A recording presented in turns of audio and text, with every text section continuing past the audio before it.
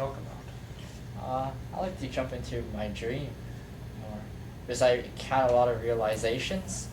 But part of these realizations I had them similar things before, but it wasn't as deep as my dream was. So it really became more profound, you can say.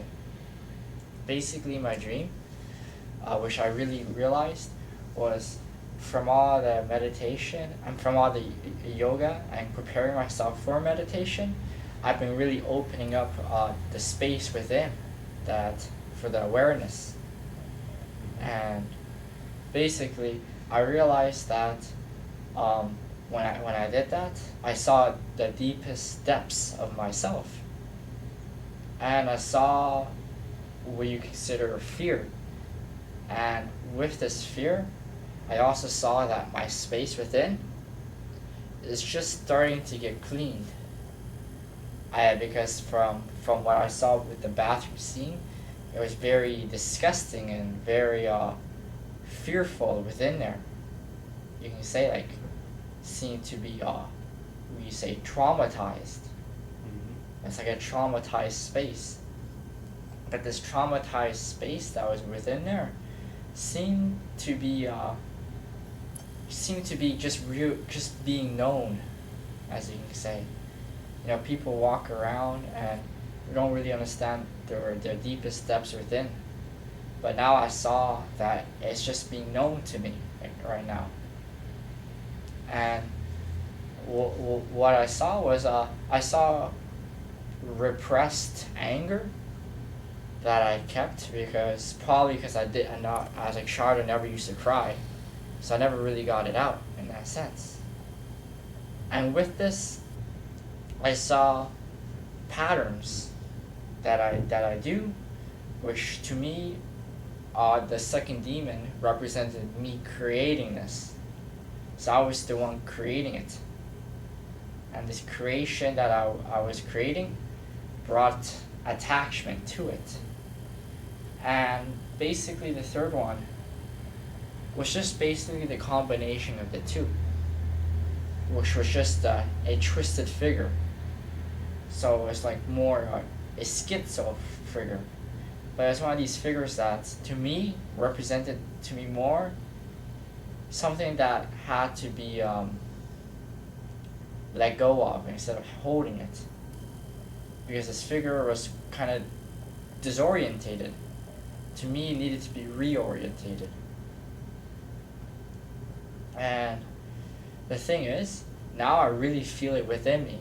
And it's hard for me. What with you? The things, because I actually can feel my space within now. Like I actually feel deep within my soul. Like I feel fear. I see my actual movements that I'm creating for myself. And these movements I'm creating for myself are sometimes movements. Yeah, but again, be careful not to jump to any conclusions as to what you may have seen or experienced. Because like we've talked about many times before, the mind is in such a way that it will see whatever it wants to see. Definitely these depths within you represent different aspects of your own consciousness. That's 100% certain.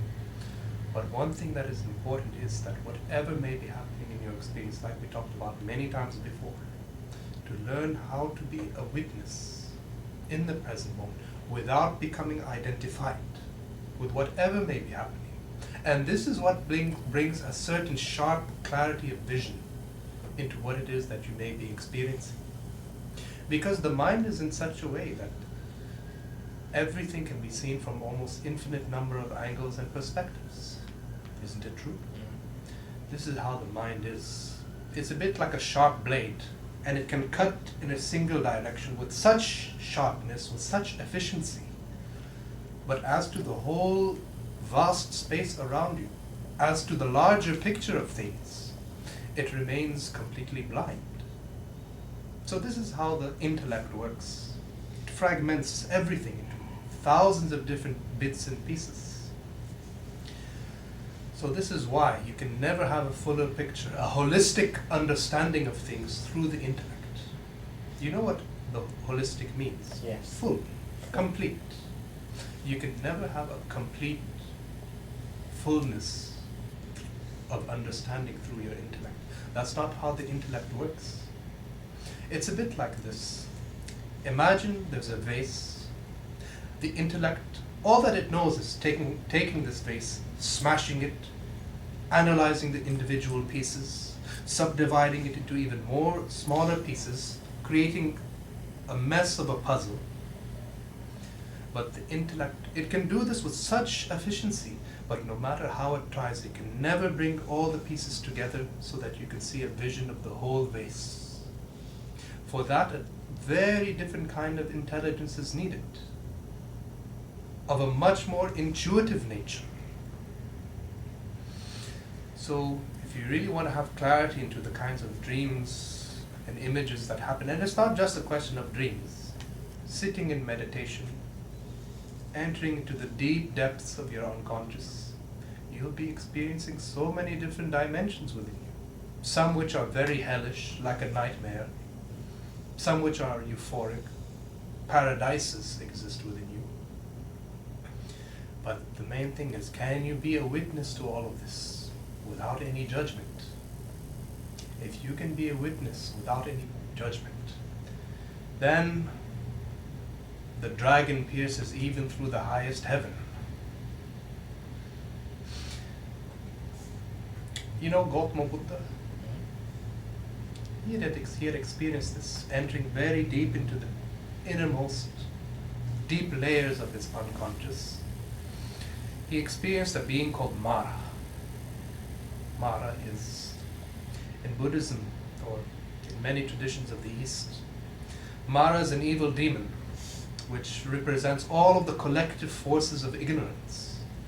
So entering very deep into his meditation, he saw the vision of Mara.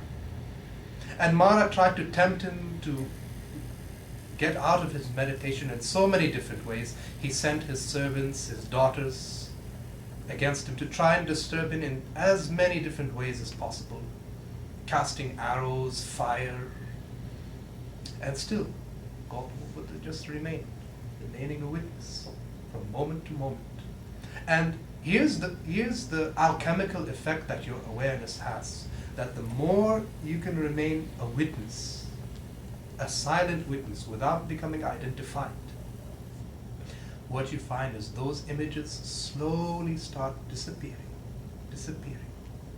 back into darkness, back into nothingness, and the mind gradually becomes more silent, more calm, more peaceful.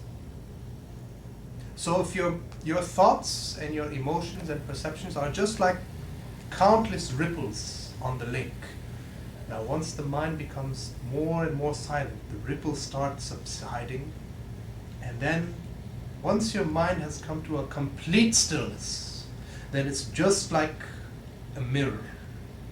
The lake becomes just like a mirror, reflecting the whole existence. And that's when you can start reflecting your true nature. Otherwise, your mind is such that whatever it becomes identified with, it becomes that. It becomes that. Say your mind becomes identified with the body. Now you'll think you're a male or a female. Say your mind becomes identified with fear. Now you become possessed by the fear. You become entangled in the fear. Suppose your mind becomes identified with Christianity, Buddhism, Hinduism. You'll think you're a Christian, a Buddhist, a Hindu, or a Jain, or a Jew. Or suppose your mind becomes identified with a country, with this idea, I'm an American, I'm a Chinese, I'm a Japanese, I am this, I am that. Again, like we talked about so many different times before, these are all like masks that we've created over our true face. So, these dreams and these visions and images, don't get too caught up in them, because we can look into them and try to analyze them in various different ways. But what is far more essential is to be able to remain a witness without becoming identified with whatever you may be experiencing. You know Jesus Christ, for example. You know the story. Yeah. He went up to the mountain for 40 days, fasting, doing enormous kinds of severe austerities. And one night, he encountered the being which he called Satan. Again, if you think that this Satan is an objective being, a literal demon which is an independent existence, then maybe you're just being foolish. No, for him, what he experienced, that Satan was just a certain dimension of his own consciousness. Same thing with Mara for Gautama Buddha. There was one Christian mystic named Saint Anthony of the Desert. He was known as Saint Anthony of the Desert because he lived as an ascetic his whole life in the desert. And he used to be fasting for several days on it in the boiling hot sun. And one thing that happens if you continue fasting for an extended period of time is gradually your mind starts projecting all kinds of scenes from your unconscious. So he used to experience, in his waking state, all kinds of devils and demons which were constantly threatening him, attacking him. So again, what are all these different projections, different dimensions of your own consciousness?